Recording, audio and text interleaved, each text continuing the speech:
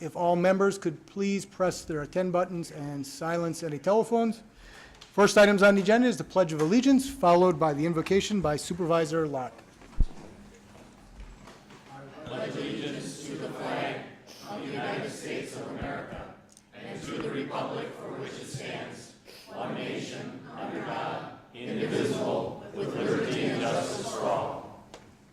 Supervisor Locke.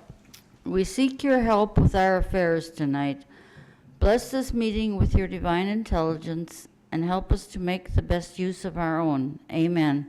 And just for Bill Wingren, Jesus. Thank you, Supervisor Locke.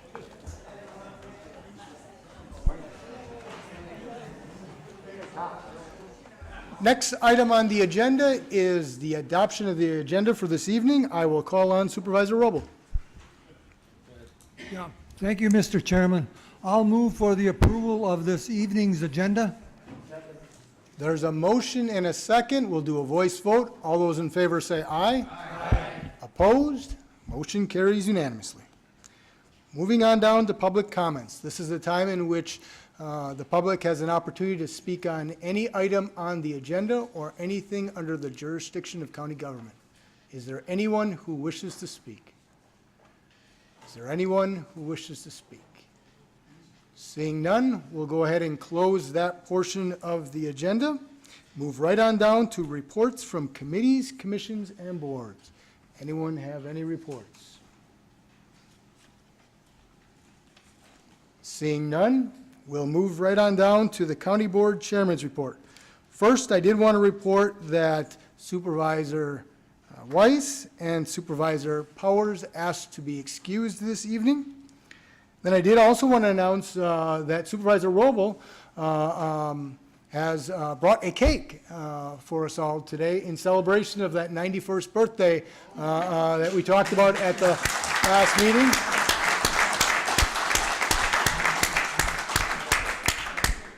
Now, I do want to give an opportunity for us all to eat that cake.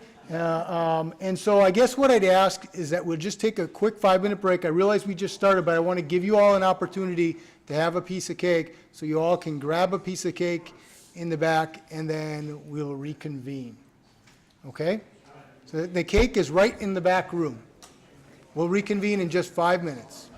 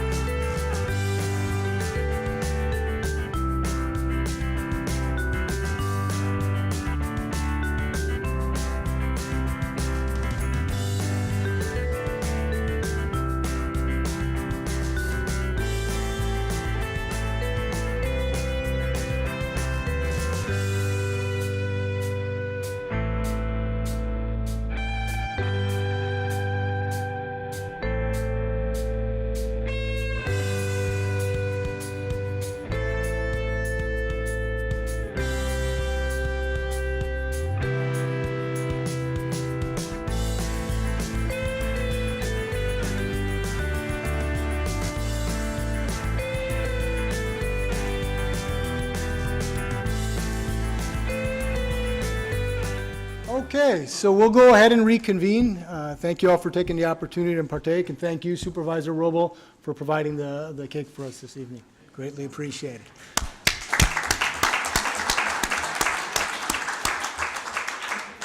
So tonight we have 3 presentations, 2 of which are in regards to the airport and 1 in regards to the capital projects.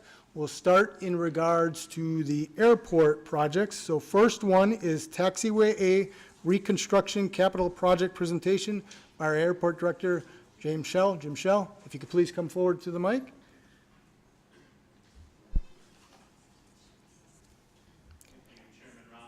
And please step forward to the front of the body, and you can use the mic right here at the podium.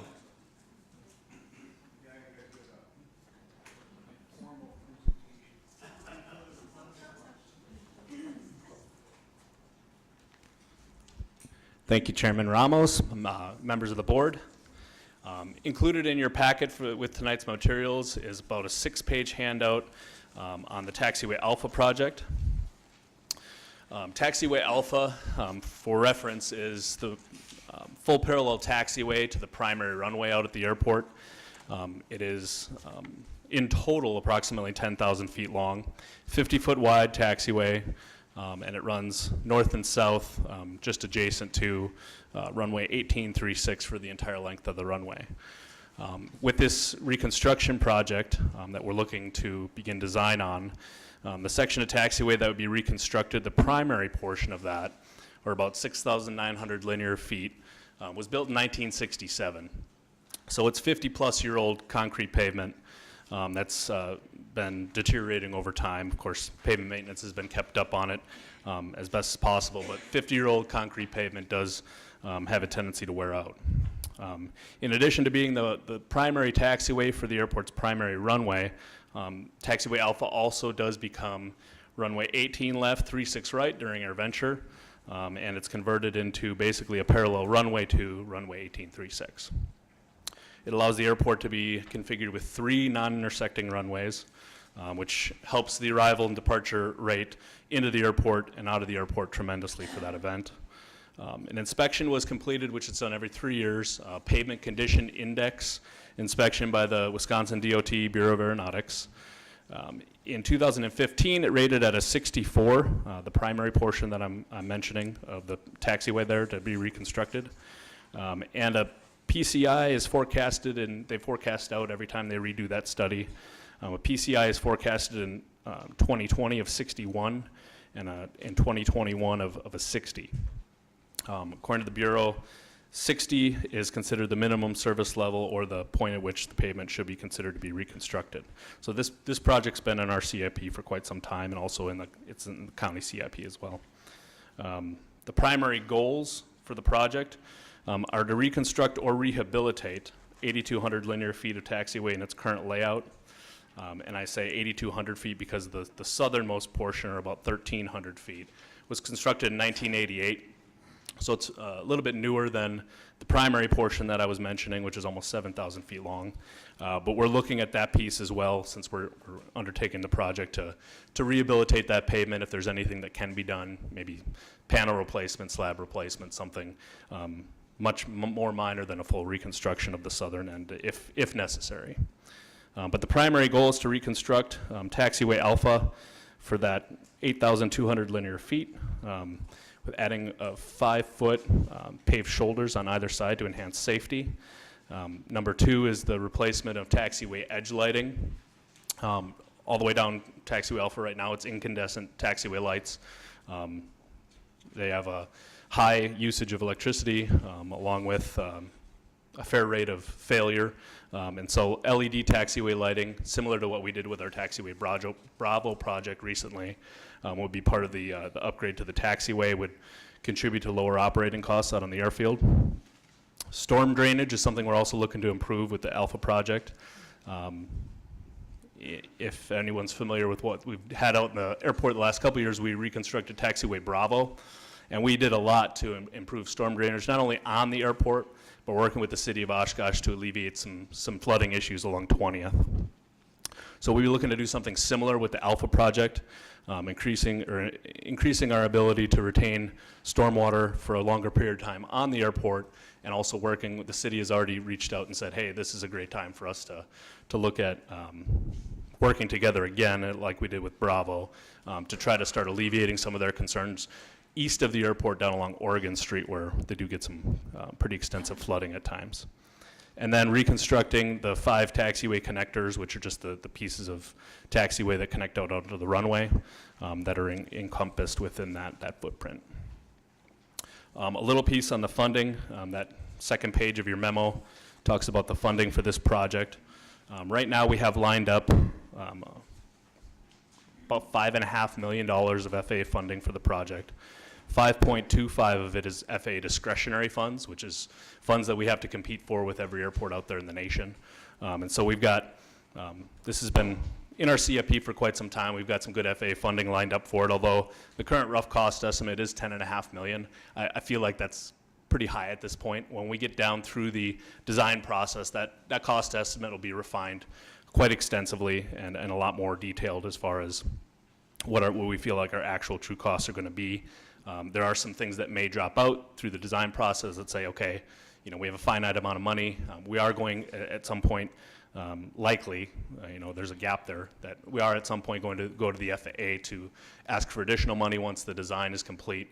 Let's say if the gap shrinks to $1 million or $2 million, we're going to look to the FAA to say, okay, we've designed it, we've had numbers of meetings to refine that design and come to the point where here's what we intend to construct, and so we'll close that funding gap at that time. And so this meeting is not for a funding request, but a presentation of the project itself. But I intend to come back to the September 18th meeting with essentially a matching fund request to begin the design work on this project for $15,000. As you see, the total design funds looking like $300,000 at this point. That's 90% federal FAA money and then 5% state of aeronautics funding. There are several other pages associated with the Taxiway Alpha project. The next page after page 2 of the memo is a diagram that shows the taxiway that we're looking to reconstruct or rehabilitate in portions. And that's outlined in red. There's another future project outlined in yellow that is not part of this project, but the red portion is the project that we're talking about today. Then after that, there are a couple of pages out of the pavement condition report that I spoke about earlier from the State Aeronautics Division. The highlighted portion is that 6,900 linear feet portion that was built in 1967. Outlined as section 30 in the PCI report, having a PCI back in 2015 of a 64, and again, we're forecasting it to fall in the next few years. And the other portion that I mentioned about the project is if we do approve design funding essentially in 2 weeks at the September 18th meeting, we'd begin the design work this fall, and it would look like a 2020 construction window before we would get started on construction of this taxiway. So there's a fair amount of lead time, a fair amount of work to be done on the design of it, obviously, and we would be looking at a 2020 timeframe, which is why we're requesting it now. Okay, we'll open it up for questions. I see Supervisor Wingren. Thank you, Mr. Chairman. Jim, thank you very much for coming, and again, welcome to our county. You're a breath of fresh air. Thank you. I appreciate especially all the information that you gave us. It's very comprehensive. A couple of questions you can maybe clarify for me. In the second paragraph, or taxiway A, it says this taxiway serves as a critical role for the annual EAA fly-in. Then it says during the convention, this taxiway is used for runways. Question is, why isn't the EAA paying part of this if it's so important for their activity? And according to what I'm reading here, it's not used as runways the rest of the year. Thank you. Great question. It's only used as a runway for takeoffs and landings for that week out of the year. The other 51 weeks out of the year, it's used every single day as a taxiway. So it serves a dual purpose just for the convention, but it's still utilized very heavily as a taxiway the rest of the year. Any other questions, Supervisor Wingren? No. Thank you. Next speaker is Supervisor Eisen. Yes, I'd like to share my concern with the $4.5 million that we're given the estimate of the project cost to be, but not included in the $6 million that we're expecting to fund the project with. That being said, this is called Phase 1. What is Phase 2? Great question, Supervisor Eisen. On page 3, on the diagram, Phase 1 is what we consider in the red, and then that Phase 2 would be considered the yellow, essentially fully reconstructing Alpha. However, the portion in the yellow, not only do we not feel we have the funding for, even if that design number, or even if that cost number comes down and closes that gap considerably through the design process, it also is in an area of the airport that geometrically is very challenging. We're looking at doing a master plan update starting that next year to kind of address all of that crazy geometry in there. So that highlighted portion in yellow is for a couple of reasons, more like Phase 2. Oh, they're not liking it. That is the problem with doing things in color. So, I don't know if everybody can see, I'll just kind of bring around the version that I have that has red on it. Essentially, well, if you look at the diagram, red essentially goes right up to the end of this long piece of pavement in the middle. Red goes up to the end, more or less, of runway 1836. And then the yellow portion would go from there up to runway 927, which is the other large piece of pavement there on the north side. It says future project on there, so. And yes, it does. It is highlighted out as a future project on there. That's Phase Thank you. 2, Correct. okay? That would be a separate project. That wouldn't be part of the $10 million that is estimated for the cost of the project. Correct. We have an additional project in our CIP a couple of years later down the road. That's a standalone project that has, I believe, right now earmarked about $1 million in funding for Okay. from the FAA.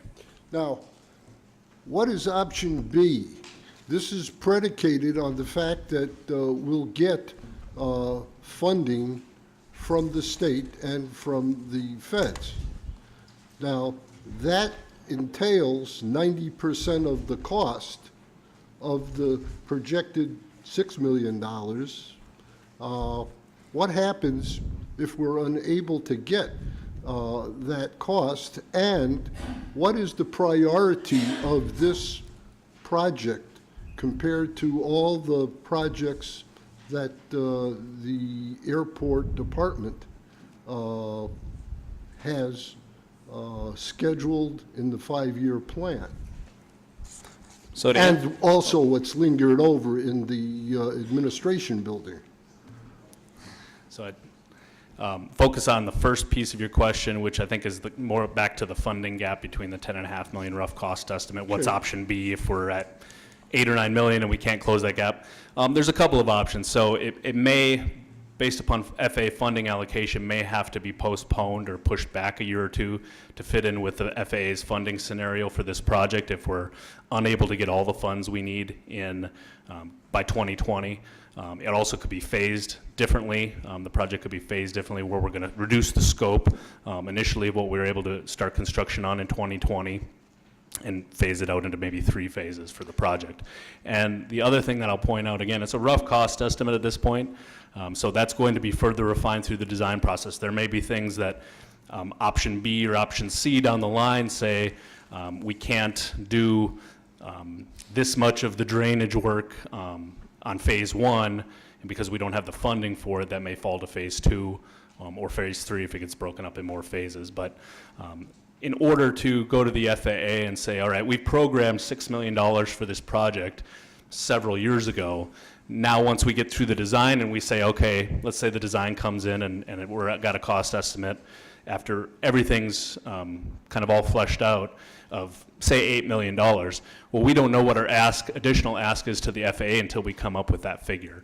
So we can't just say, you know, at this point, well, we think it's going to cost 10.5, and that's what we're going to request. They know that's probably somewhat of an unrealistic number at this point. So once we get a final design on it, we can go forward with our meetings with the FAA to try to get additional funding for it. Yeah, it seems to me that there are two variables that we're contending with.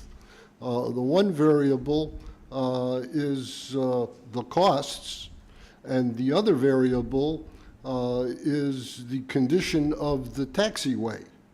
And it seems to me that you're coming to us at a perhaps as good a time as it can be to make us aware that there's a problem that needs a remedy. And before it gets to that minimum replacement level at 60. And the second two is the uncertainty about the federal and the state funding for that, or any of the projects that we have.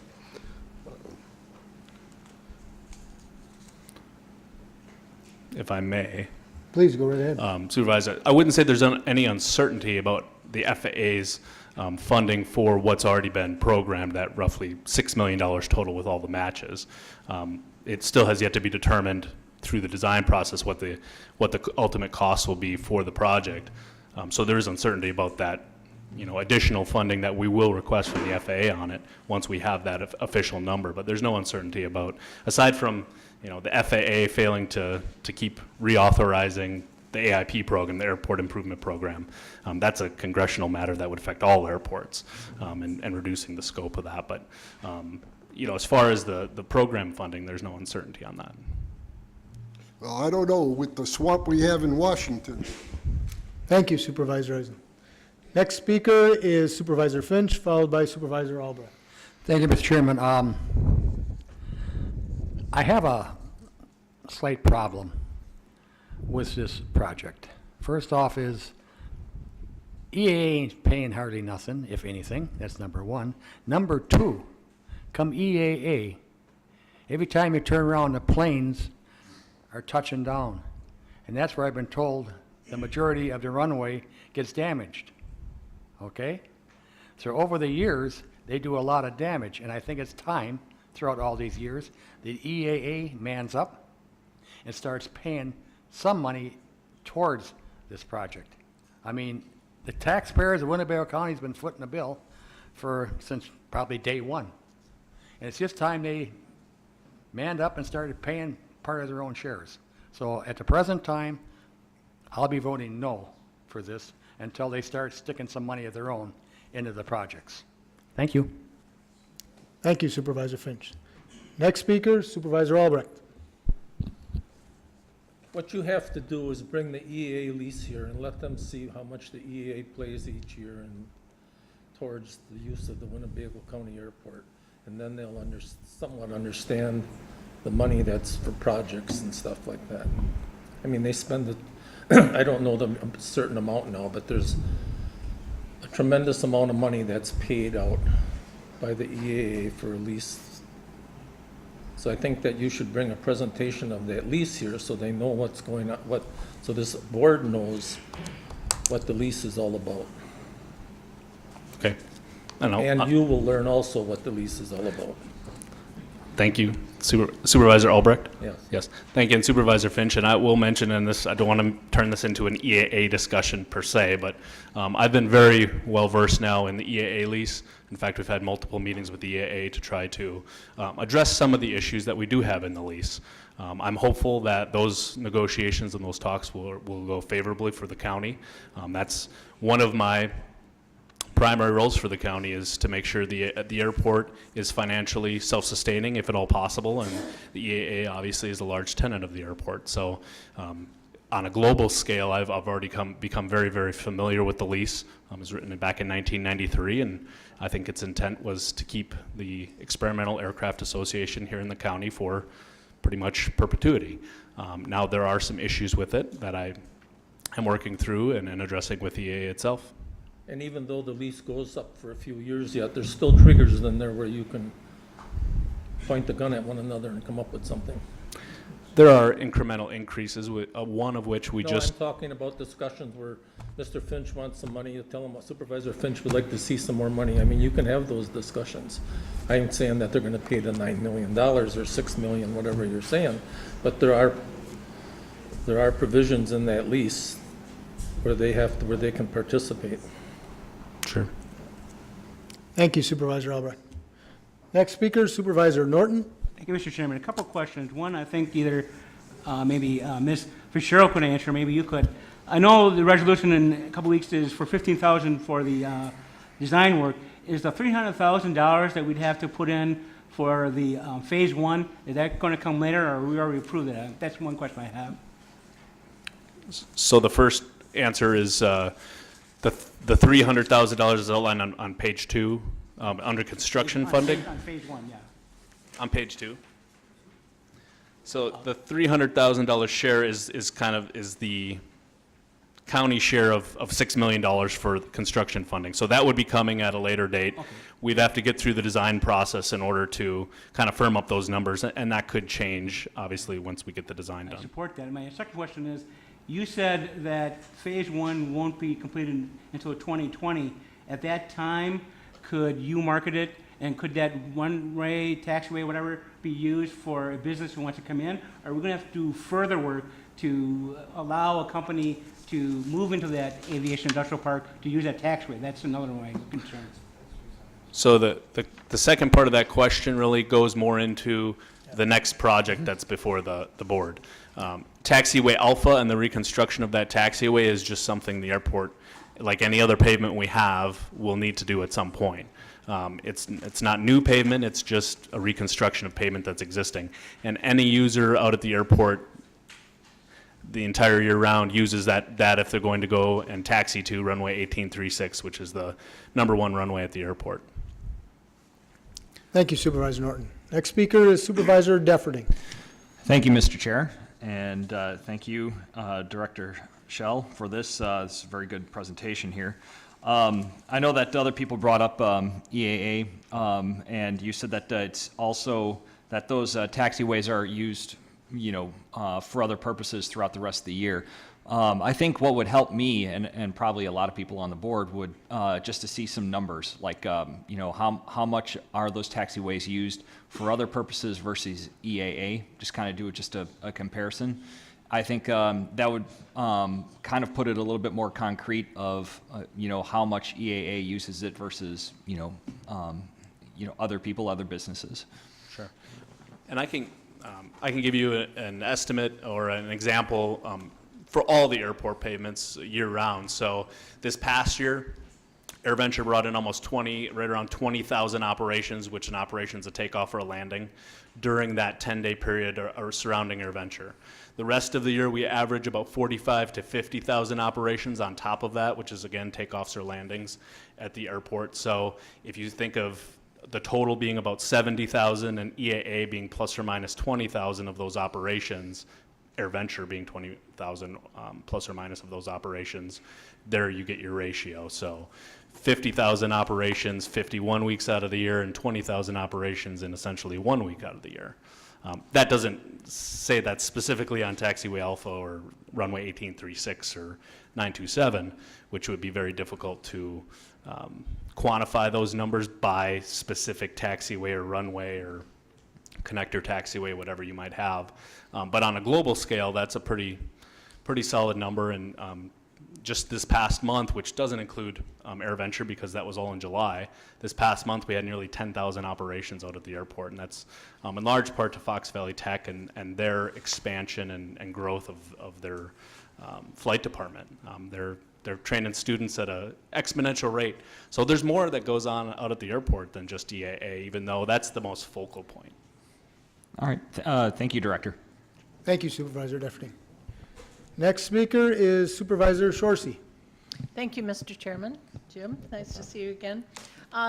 One of the things I recall, and as we heard your presentation at the airport and now this presentation, is that in order to move beyond, in order to continue doing any business at the airport with planes landing, and certainly to get to developing an aviation park, this runway is a must-do project. And in fact, when we were focusing on the administrative building, I had people saying to me, why aren't they talking about the runway? That's really number one in the process of things that have to be done. So is that correct? I mean, this is like, if we don't do this, we don't do anything else. Is that the bottom line? Correct. So taxiway Alpha is the primary taxiway to our primary runway. So if we're not maintaining the infrastructure we have and reconstructing it at the times we need to reconstruct it, I mean, I think everybody knows going on Highway 41, I-41, that concrete doesn't last forever. And you do need to do routine pavement maintenance over the years to keep it up. And then at some time, you need to fully reconstruct that pavement. And this is one of those things where taxiway Alpha is vital to the operation of the airport, much like taxiway Bravo was that we just completed that project last fall of the reconstruction of taxiway Bravo, and that was badly needed. Taxiway Alpha is no different as far as its vitality to the airport. In fact, it's probably even more vital than taxiway Bravo, just because runway 1836, for anyone that's familiar with aviation, is our number one runway, but it's our instrument landing system runway, so in bad weather, that's the runway that pilots are using typically. And then I would just reiterate what I said at our tour. And again, it would help us to have an idea of the master plan, including the aviation park, and then to look at profit and loss, reports, so we have more numbers. So again, as we're investing tax dollars, we're sure about what we're going to get in return for our citizens. Sure. So that would be appreciated very much.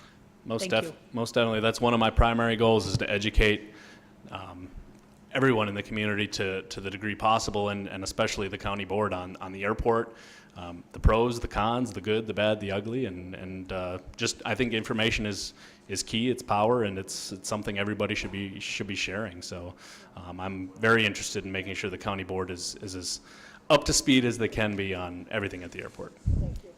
Thank you, Supervisor Shorsey, and we'll talk about having some of that information in one of our future county board sessions.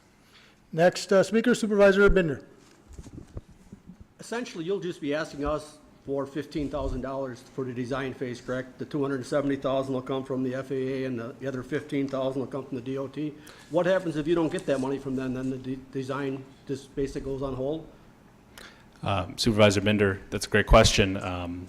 Like I mentioned before, that just like the construction funding is pretty well set, and the grants are ready to go in 2020 for the construction and the FAA dollars, the state dollars, the state's ready to go on this project. It's not something that I would even question for a second that we'll get the state funding and then, of course, the FAA funding as well.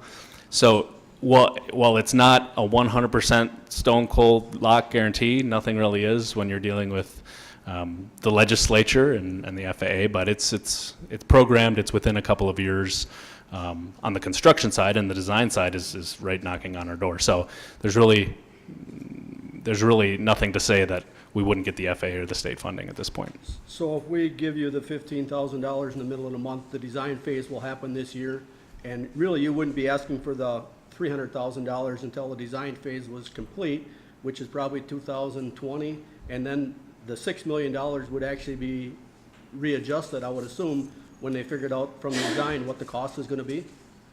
Correct. So right now, the $6 million is just to show you what we have programmed with the FAA and the state. That $300,000 would be the match of the $6 million for the 5% match for the county. And that could change, again, depending on the total project cost. But we wouldn't be coming to the county board until right before the construction phase is getting ready to start, and the grants would be getting issued with the FAA and the state. So that's coming at a later date. However, that $300,000 may change. So essentially, all you're going to be looking for is $15,000, and we'll have a design plan, which I think is a great way to start and move forward. Yes, correct. Thank you, Supervisor Bender. Next speaker, Supervisor Lautenschlager. Thank you, Mr. Chair. I think Supervisor Sorensen hit it kind of on the head there. And this is a major project that we need to do. I mean, we talked about the new terminal, we talked about taxiway, we talked about the business park, all that stuff. But if we don't maintain what we currently have out there now, all that stuff's kind of a mute issue. I mean, so this is something that we need to do because this is important. This is the main hub of our airport out there. So, Thank you, Supervisor Lautenschlager. Any other questions for the Taxiway A project before we move on to the Supervisor Wallen? Okay, is there anyone else? And just so you know, our monitor is not working so well for the moment. It was working perfectly right up until a minute ago, but we'll move forward nonetheless. So is there any other speaker who has any questions on Taxiway A? Okay. And just to reiterate, so we'll see this on our next agenda on the 18th, solely for the $15,000 for the county portion of the design phase. Okay, so let's move right on to the next presentation, which is another airport presentation, the Aviation Business Park Taxiway Capital Project. So we'll have Director Shell give his presentation, and then after we'll entertain questions again immediately afterwards. So please, go ahead. Thank you, Chairman Ramos, members of the board. Before you is another similar packet to the first one, but a separate project. It is also 6 to 7 pages in length. The first two, again, is an informational memo to the board. And I'll briefly go through everything that the memo kind of outlines. So in 2013, between the city of Oshkosh and Winnebago County, of course, that owns the airport, there was a joint venture entered into to purchase some land for Aviation Business Park. 80 acres in total were purchased on the southeast side of the airport back in 2013. 50 of them are now county-owned, and 30 are now city-owned via the agreement between the county and the city. Since the initial purchase, the city has installed and constructed about $3 million in improvements to the park, primarily Aero Innovate Way, concrete access road that bisects the park more or less in half, with 50 acres on one side of that road and 30 on the other. And storm sewer, electrical, lighting, sanitary sewer, water, gas, electric, all those utilities, all that infrastructure has been installed in the park. So it's really a shovel-ready park by and large. In 2016, the majority of those improvements were complete, and then in 2018, there was some final work on the water line that was completed just this year. But to date, the business park has not been connected physically to the airport. There remains about a plus or minus 370-foot gap between Taxiway Alpha, which we talked about just a minute ago, and the business park property itself. So the business park would benefit greatly by a connection to the airport, seeing as how we've planned this out as an aviation business park. The idea is that the 50 acres on the west side of the road would be direct aviation businesses that need access to the runways and taxiways out at the airport. And the 30 acres that the city owns would be complementary type businesses that might be a supplier to whatever company is on the west side, and so forth. There's a diagram included in your packet that outlines in red the portion of taxiway we're looking to construct. The remainder of that diagram is a conceptual drawing, aside from the few things that do say existing, which is existing runway 1836, existing taxiway Alpha, which we talked about, that's the southern end of it, and Aero Innovate Way, which is also existing, that's the road that goes down the middle. Everything else is a conceptual rendering of the ultimate build-out of the park. It could look a lot of different ways, but that is one conceptual rendering. Development efforts have been underway for some time. Certainly predates me, so I just want to put that in there. Development efforts have been underway some time to attract a company to locate in the park. One of, and I'll say one of, it's not the only detractor, but one of the detractors to that process is a physical connection to the airport itself. So what will be coming back, what I'll be coming back in 2 weeks at the September 18th meeting is again design funding for this project. It would be to design and construct, just to design, sorry, a 370-foot, long by 50-foot wide concrete taxiway, which is again highlighted in red, essentially just a connector from taxiway Alpha to the business park property.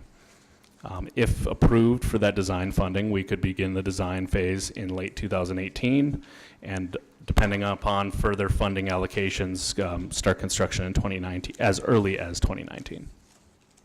Right now, there's a very rough cost estimate that's included in your packet, which is essentially an email from Strand Associates, who's the engineer, the design engineer that's been selected by the Bureau for this project. It's a rough order of magnitude type of cost estimate. They're not under contract yet for the design work, so it's a very rough cost estimate, about $500,000. That's the construction of the new taxiway. But initial funding for the design work and the construction work, should we get to that point, would be borne by Winnebago County. Also included in your packet are a couple of, one agreement and a letter from the Bureau of Aeronautics that stipulates the reimbursable agreement to the county should a business locate to the park. If and when that business locates to the park, even if we just have the signed agreement, signed lease agreement, then retroactively that reimbursement agreement will take effect. And then there's a couple of funding scenarios that are outlined in the packet on page 2 of the memo. One is if it's federal reimbursement, if the FAA is going to participate, it'll be at their standard match for airport projects for us at 90% federal, 5% state, 5% county, with a $25,000 match for the construction funding from the county. If it's only state aid only, which is to say if FAA funds aren't available or we're unable to procure the FAA funds needed to fully reimburse the project, we'd go by and large to the State Bureau of Aeronautics Division to get the funding reimbursement, and their match is 80-20. So 400,000 state, 100,000 county. Those are just some scenarios to throw out to give you an idea of what's down the road on this project. But right now, the estimate for the design funding is $45,000. I'm not asking for that at this meeting. However, we'll be back on the 18th to request that. Again, everything's been done on the Bureau's checklist as far as the reimbursement goes, aside from a company locating in the park.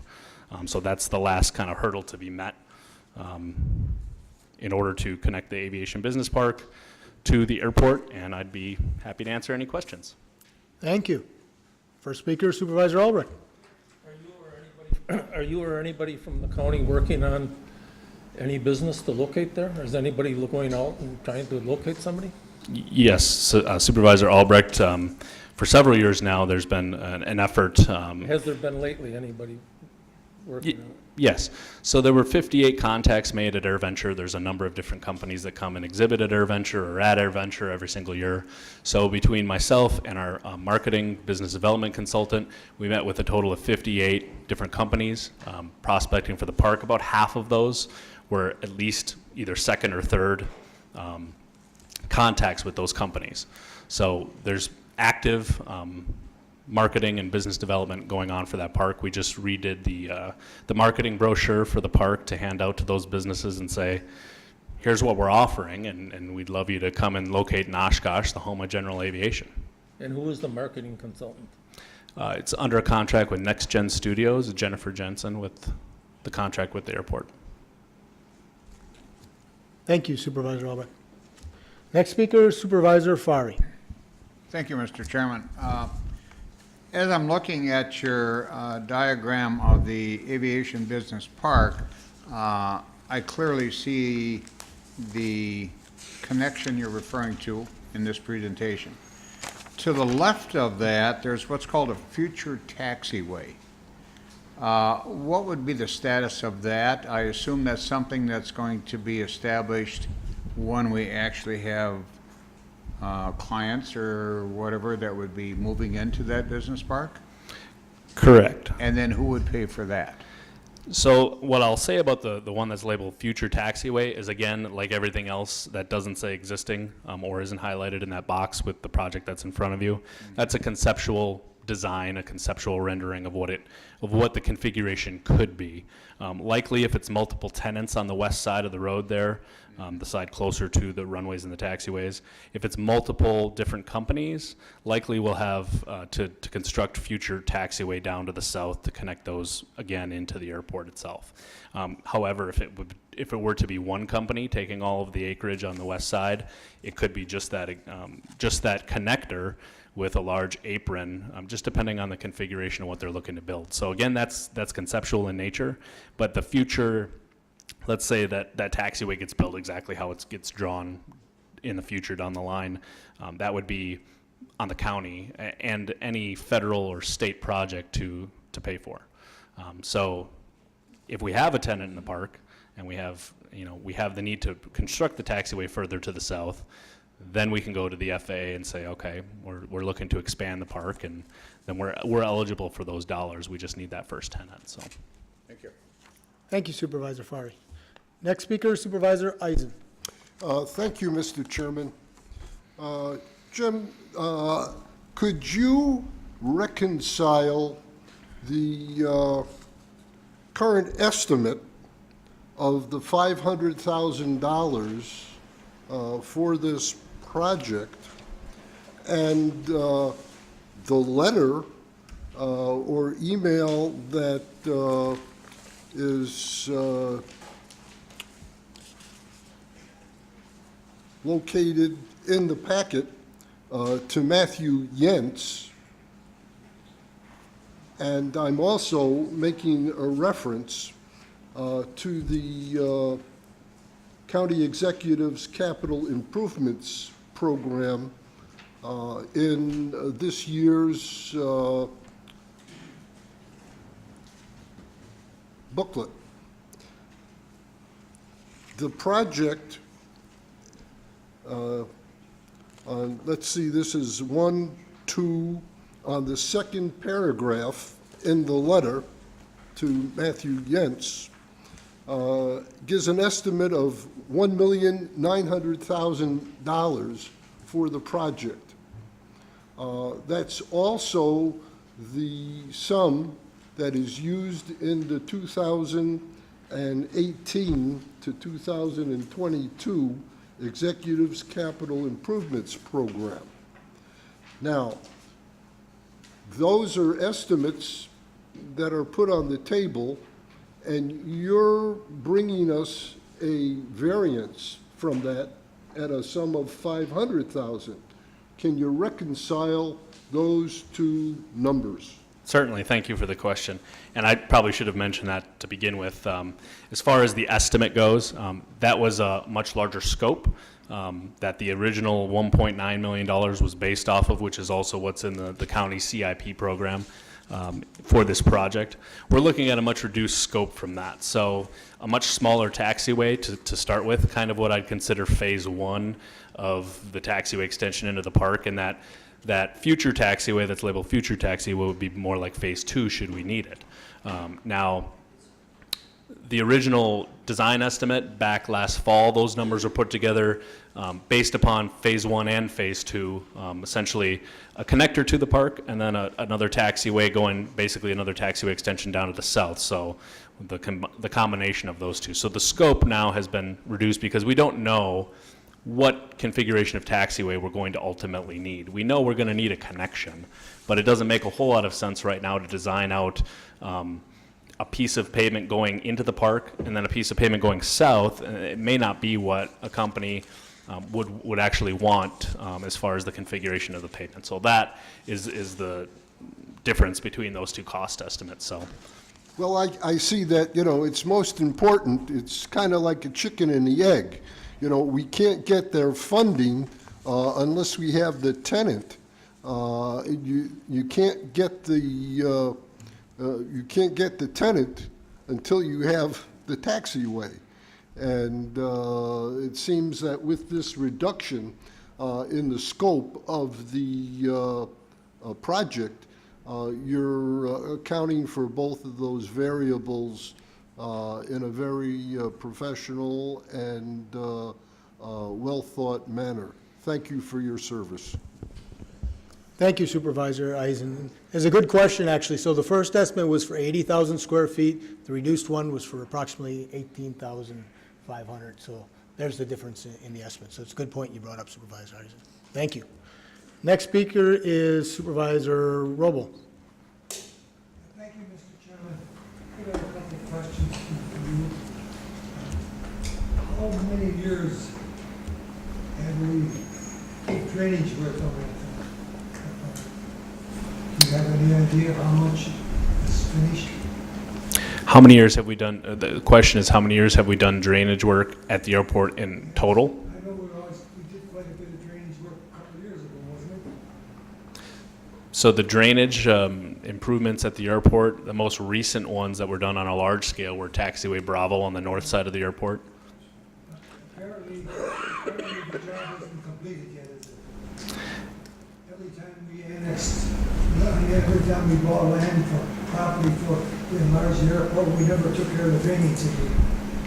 Well, that's hard for me to explain and hard for me to give a 1 or 2 sentence description of that, but I think there's a lot of areas of the city of Oshkosh that are challenged drainage-wise, and the airport is no different. We've done a lot to improve it on the north side with Taxiway Bravo.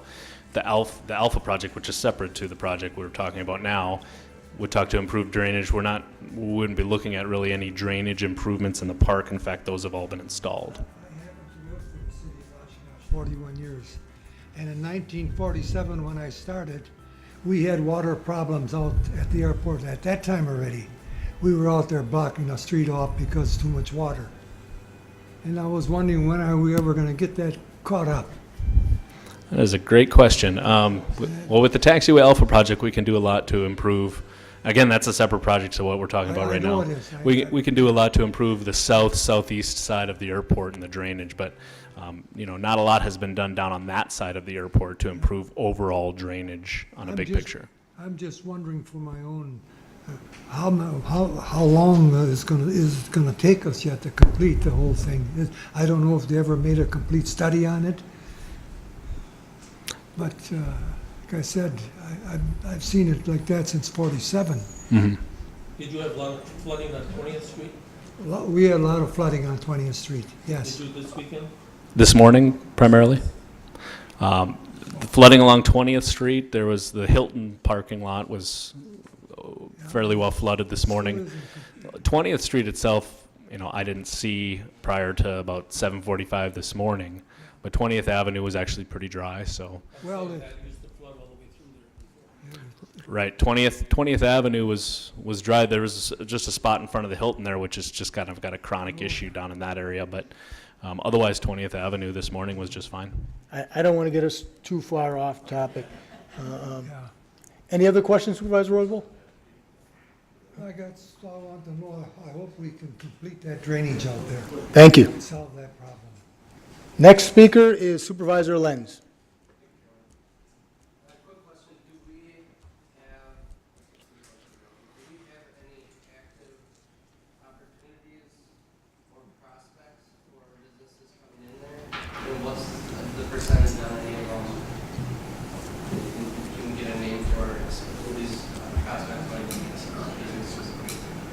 Thank you, Supervisor Lenz. We do have a couple of very interested prospects as far as the park goes.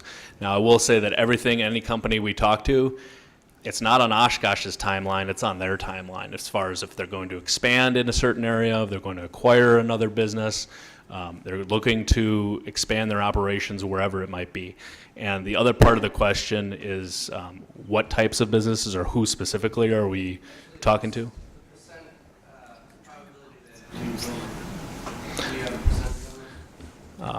Percent probability. Well, I'm not an odds maker, so I couldn't really say 50-50, 60-40, 70-30.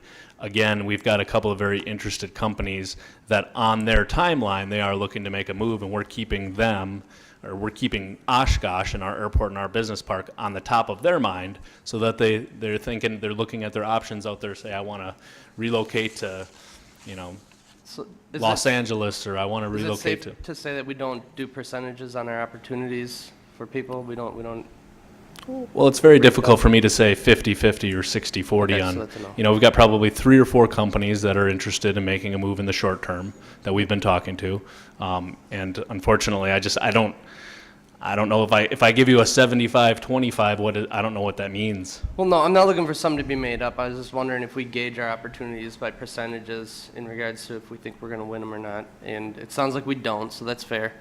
The other question I have is, have we ever lost an opportunity for not having this connection? Have we ever lost an opportunity for not having it? I'm not aware of one, however, that doesn't mean there isn't one. I've been here since April, so I'm not aware of an opportunity that we missed out on because we didn't have the taxiway connection, but it's certainly possible that, someone was looking at us and saying, okay, well, I want to move now, when can you have the taxiway? And I don't know if we have or we haven't, but not that I'm aware of. Thank you. Thank you, Supervisor Lenz. Next speaker is Supervisor Gabbard. Supervisor Lenz kind of took the wind out of my sail on that, but, so, three things now. So we had discussed before at aviation, and I've spoken to a couple other people. Since EAA, there are 3 or 4 companies that are very interested, but they don't want their name out there, and I understand that because, I just understand that. So I hope the board understands that. There was a company before your time that wanted to come in the business park. So I spoke to this company, but without that hunk or that little taxiway, they don't want to come because they say, how do we get connected to the runway to do our business? We want to put our business there. But this company was also here 25 years ago wanting to come to Oshkosh. They didn't come. So because of a connection I have with this company, they're out of the picture. They don't feel that the atmosphere is there yet to be in that business park. They don't want to be the first one in. So that's one. I don't know how, as an aviation business that has to have access to an airport, that you could come here and expect the county to put this in after the fact. I wouldn't take that risk. So as you explained, Supervisor Gabbard, if you could please speak into the mic just a little bit. as you so I can- explained, thank you. Jim, we downsized the size of this connection to show that we have an interest in getting these businesses at the airport. And so if there's 4 or 5 or 6, that's more interest than we've ever had before. So I feel that our marketing company that we have at this time is doing their job, as I believe you are, to try to market this. So at this point, all we're asking for is the $45,000 on the 18th. Where we go from there is up to this county board, but we need to have a design of what the project's going to cost and to show potential clients that we are serious about our aviation business park. So it's not like they're locating themselves some way away from the airport. They have aviation-related businesses that want to come to Oshkosh, which is a plus for any community. So I think if you have 4 or 5, that's a good percentage coming back that are interested. So it's better than we had 2 years ago. Thank you, Supervisor Gabbard. Next speaker is Supervisor Bender. If we would approve the 45,000 and you get the design work, would it be possible to wait to actually implement the construction of that taxiway until we actually had a signed contract? I mean, I would think if we had the design work, we could build that small taxiway as quick as they could build their building. Sure, great question. And so this request coming on the 18th is for the design similar to what Taxiway Alpha was on the last project. And then it'll be another separate request to the county board for construction dollars for the taxiway. So certainly up to the county board on both decisions. And so if the county board felt that that was the route they wanted to go, it's certainly an option to not do the construction right away. However, I'm sure that'll be the next request once the design is done, is to say, okay, here's a resolution for construction funding on this taxiway project, and then it'll be up to the county board to decide. I guess I would be in favor of the 45,000, but you used to hear them say all the time about building a road in Alaska to nowhere. I would think we're building a taxiway to nowhere until we actually have a confirmed tenant. And, I think the design would be well worth our time. We would have that laid out. And when you get a contract signed, I would think that we could build that taxiway, and we could put it, maybe the whole complete taxiway at one time. If we had a tenant that was big enough and, you know, rather than doing it in two phases, we could complete it all in one. But I think as long as you have the design standards and what you're gonna build, you would be able to do that as they build their building. Thanks. Thank you, Supervisor Bender. Any other questions? Okay, seeing none, just to reiterate, this also will be at our board session on the 18th for $45,000 for the design phase. Thank you very much, Director Shaw.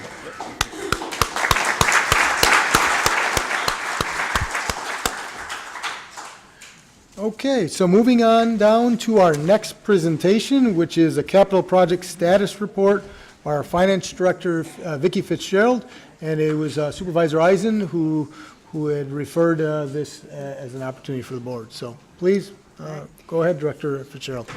Good evening, everyone. As Chairman Ramos has said, Supervisor Eisen had wrote us and asked if we could give a timeline for completion of all projects and their status, identify each project as over or under budgeted and the amounts, and also then, thirdly, identify the amount of money to be returned to the general fund. So I'm going to approach all those questions with what I have presented today. First off, every month, Carol Blackmore from my department in finance sends out a county board analysis report. And in there, she takes each project and gives a narrative. Going forward, I'm going to actually have her put in the capital status report that you all have in front of you that I'm going to discuss tonight. But I'm going to have her present it that way going forward. I think it's just easier to comprehend and look at it as a total. So in front of you, I have the capital status report. And if you want to look on page 2, which is on the flip side, at the bottom, it does give the totals. And just to give you the different columns, I first mentioned the project description. I have the resolution numbers that approve the appropriations for each one of the projects. Then I say when it was approved and first funded. Note that this report has it from oldest to newest, so when we go back to page 1, you'll see the projects from 2012 that Supervisor Eisen had pointed out last meeting. And then it talks about the authorized budget, and keep in mind that's the revised budget, so it would be money that we first got approved and then any other monies we added. And then I have the actual that's spent since inception, meaning many of these are multi-year projects, so it's the actual spending for the multi-years put together. And the gray highlighted column, the under/over budget, I want to point out that you'll see what percentage is complete. If it's 100% complete, then it is over or under budget. But if it's only 90% complete or the engineering just began, then it's just the unspent funds yet. So I just want you to remember that when you're reading this, that it's either unspent funds or if it's 100% complete, most times it's exactly what's been spent. However, sometimes it can be, for highway projects, for instance, can be 100% spent, but we're still waiting for monies from the state. So we need to keep the project open just for finishing that, and that can take up to 2 to 3 years to get that money from the state. So on page 2 at the bottom, our total authorized budget is $38,516,852. So that's what's been authorized on these projects that we still had out there open. The actual spend since inception is $16,086,087. So we still have unspent funds and or under over budget by $22,430,765. So on page 1, I wanted to just at least touch on the first 2 projects from 2012. The first one was July of 2012, and it was County Highway G Bridge. That has been completed, and it's been completed for about a year. And we have kept that open because we were waiting for state funds. So it is 100% complete, the bridges, and we're just waiting on the back end for making sure we have all the bills in and all the monies reimbursed. The next one that really sticks out is the courthouse window replacement project, and that was approved in August of 2012, and it was approved altogether for $1,260,000.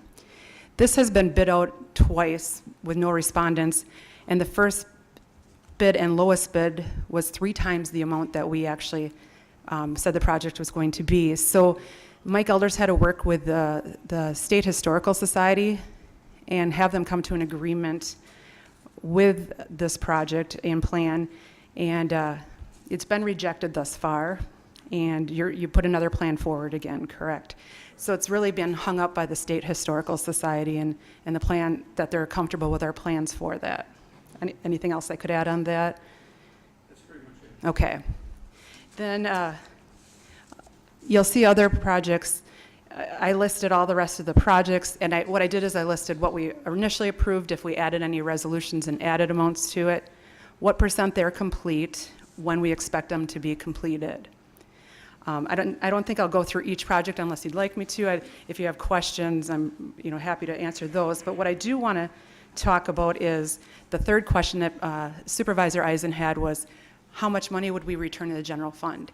And with that, for capital projects, we mostly borrow bond proceeds. If we do borrow the bond proceeds, we are not allowed to put those into different funds, and especially the general fund.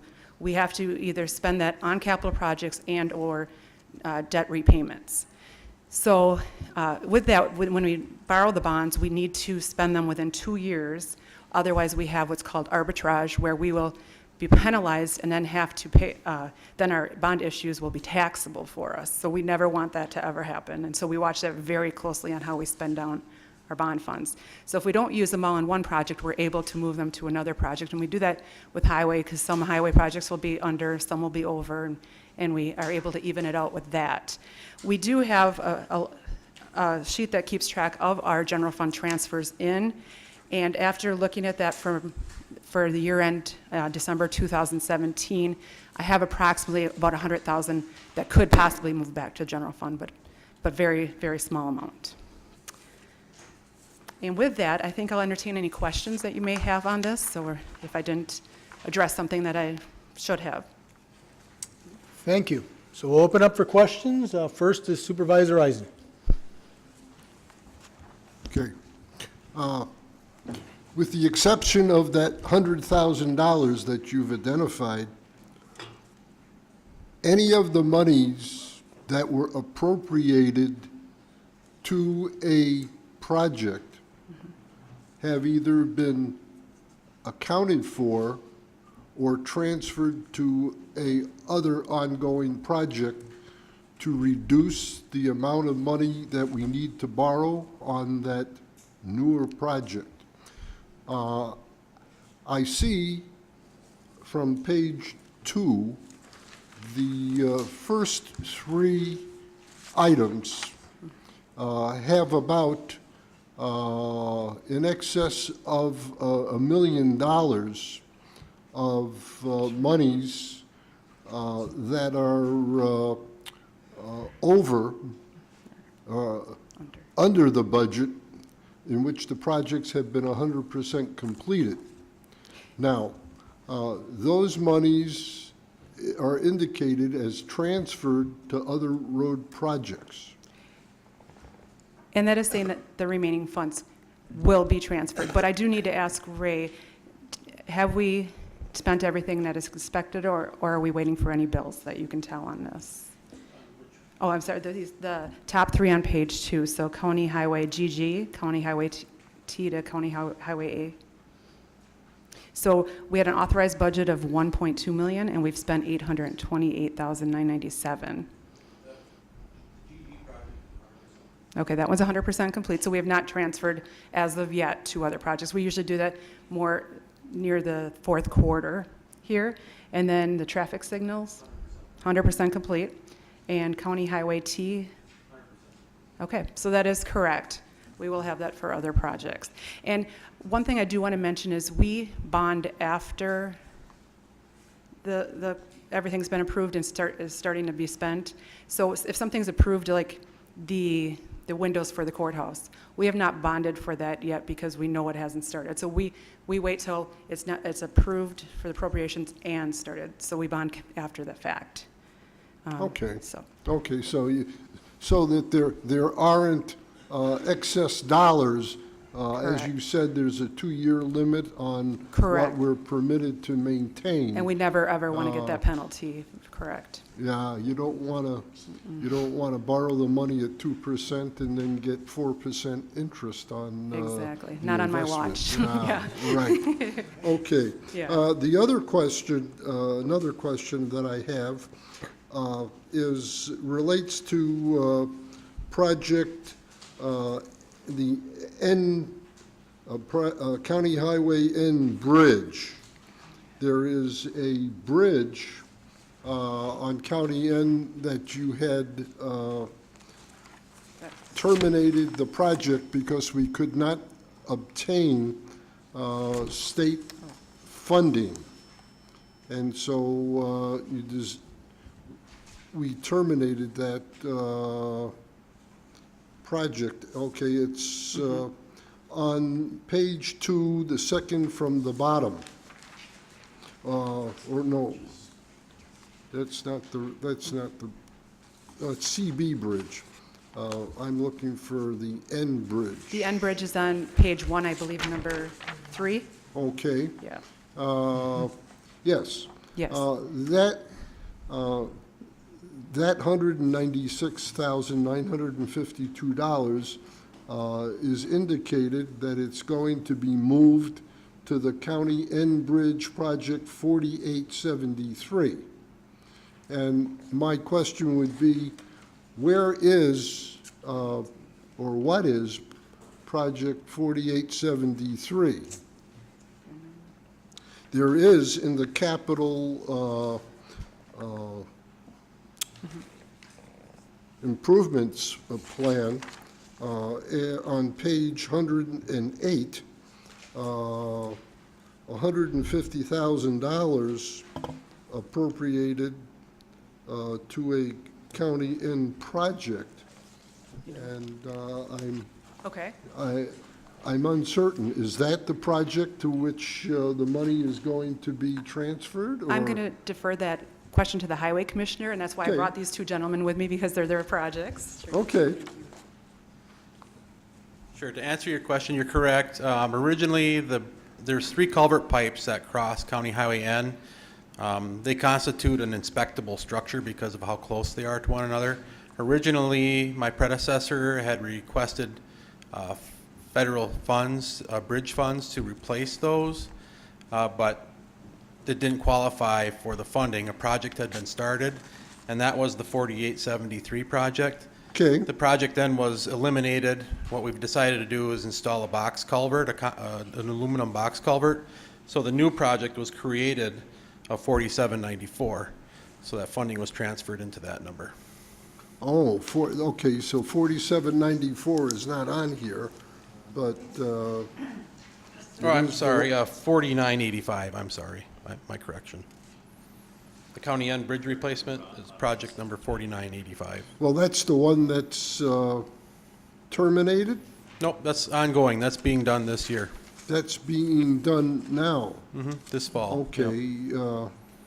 The former project, the 4873 project, is the project from a couple of years ago that was canceled because we didn't get state and federal funds.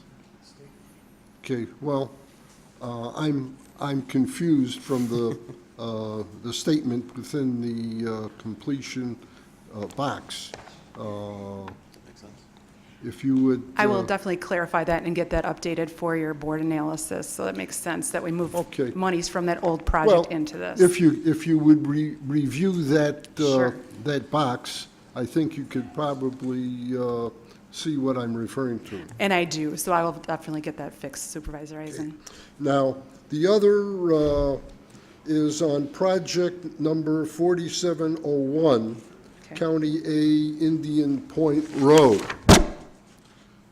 There are 2 projects on County A. It's on page 1, the 5th and the 4th from the bottom of the page.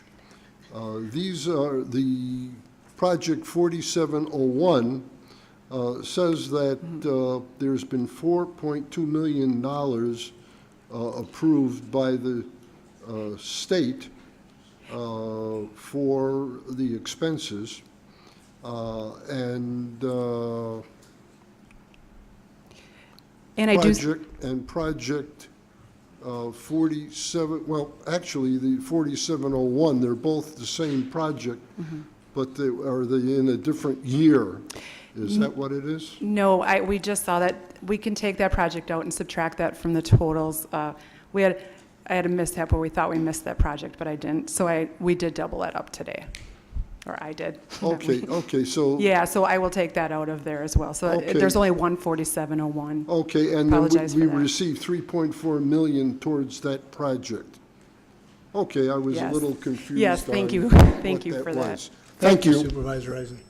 And thank you for your effort and response. Thank you to the county board chairman for his attention and your delivering of the goods. Thank you. Thank you. Thank you, and as I said, I will definitely be having this chart in your monthly analysis going forward as well. Next speaker is Supervisor Konecki. Thank you, Chairman Ramos.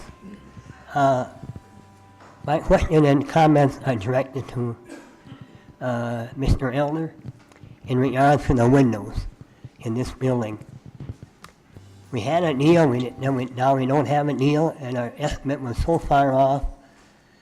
I know you're probably frustrated, but can you elaborate a little more on where we are?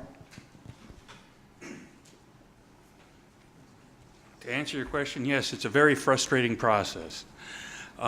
We started back in 2012 with a study to find out what we could do with the windows, and we came up with 3 options.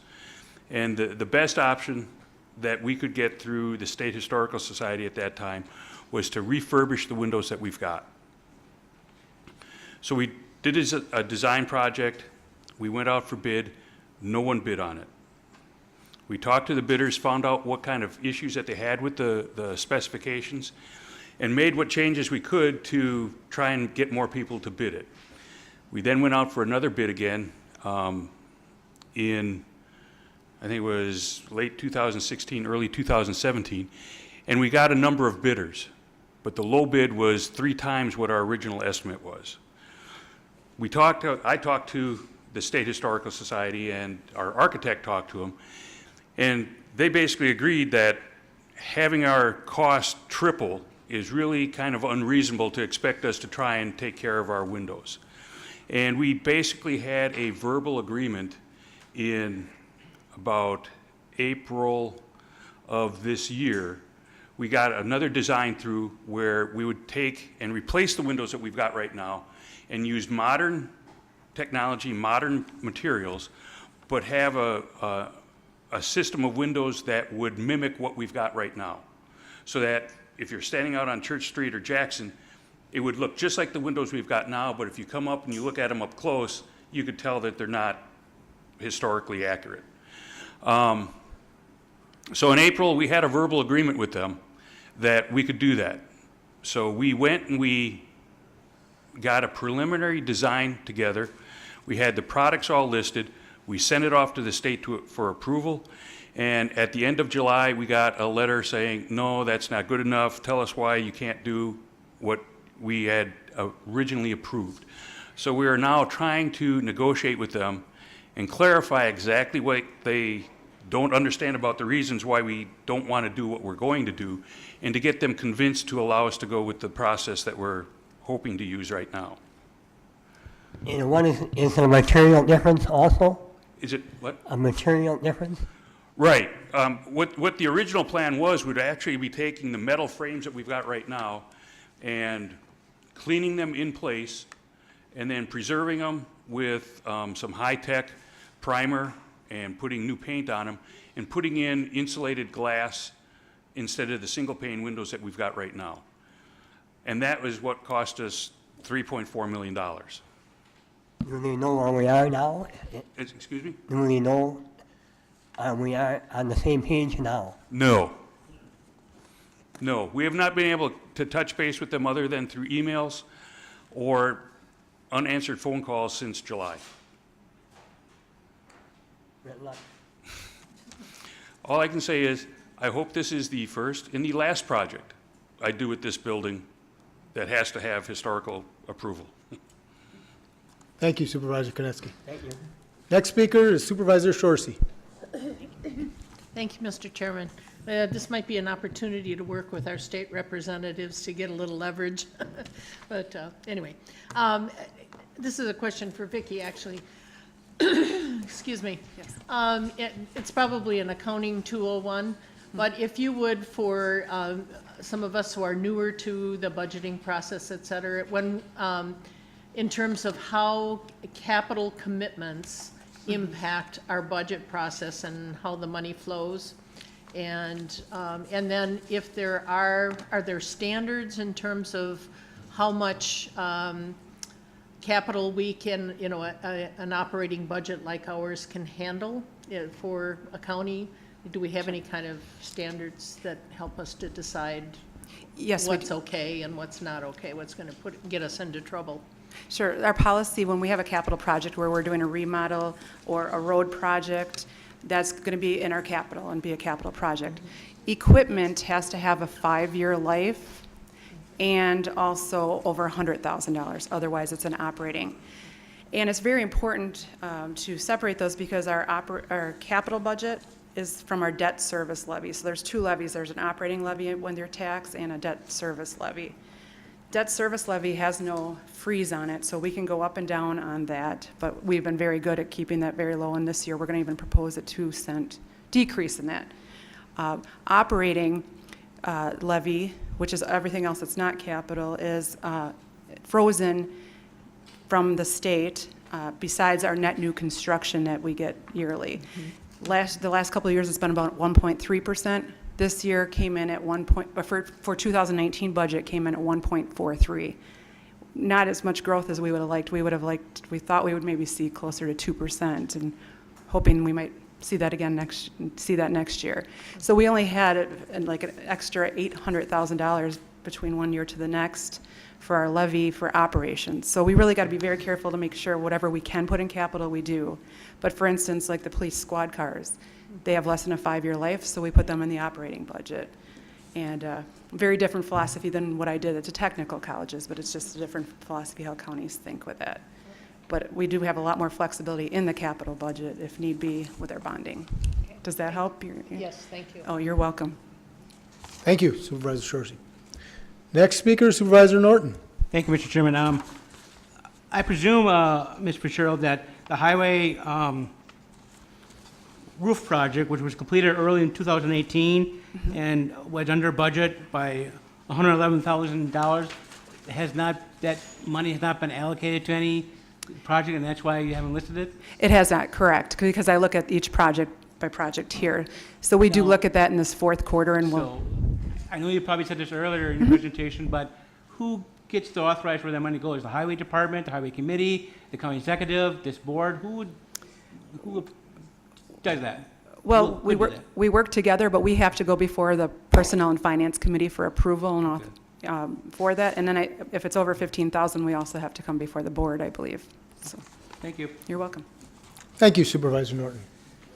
Are there any other questions? Seeing none, we'll finish up the presentation. Thank you, Director Fitzgerald. Thank you also, Director Elder and Director Fisher. So that concludes our presentations and business for the evening, so I will entertain a motion to adjourn. I'll call on Supervisor Albrecht for a motion to adjourn. I move to adjourn. Is there a second? All those in favor say aye. Aye. Opposed? Motion carries unanimously. Thank you, everyone.